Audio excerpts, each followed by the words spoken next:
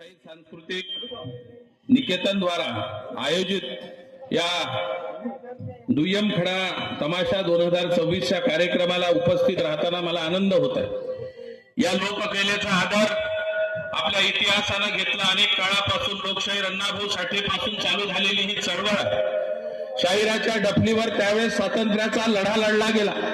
प्रत्येक गुरु हुतात्म्याला त्यांनी त्यावेळेस नवक्रांती दिली।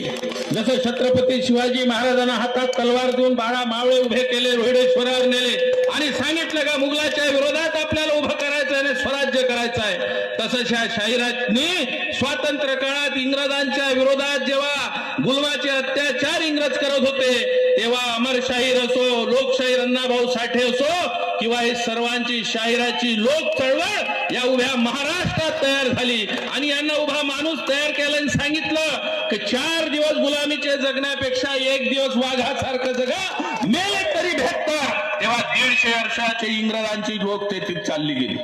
मुंबईच्या याच्यावर अनेक शाहिरी बनल्या गेल्या।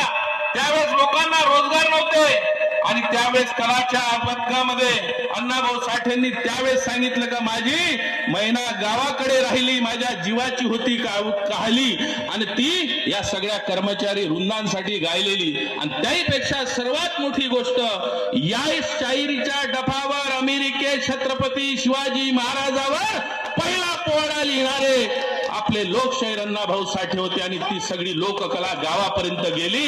शाहिरी कधी खतम होणार नाही, मरणार नाही, जन्माला राहील। आपल्या भागामध्ये विदर्भामध्ये महिला, बाल, गोपाल या सगळ्यांच्या भरोशाने हे लोककला चळवळ जिवंत आहे।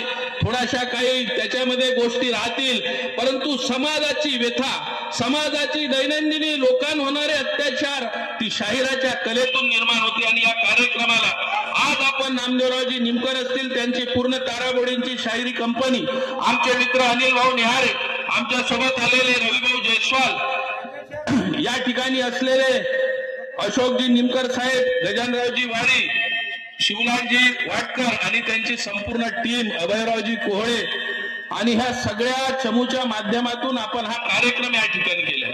मला आनंद आहे आमदार साहेब येणार आहे परंतु अधिवेशन लांबलेलं आहे। आम्हाला उद्याच्या काही प्रश्नोत्तर त्याच्यासाठी जायचं आहे। मान्य आमदारांतर्फे, चरण भाऊ तर्फे या ठिकाणी जयस्वाल साहेब आवर्जून येणार होते। मला अनिल भाऊंनी जेव्हा फोन केला मी विचारलं पण म्हणे मधातल्या काळामध्ये अधिवेशन आज शेतीविषयक प्रश्नावर मोठा गाजलाय।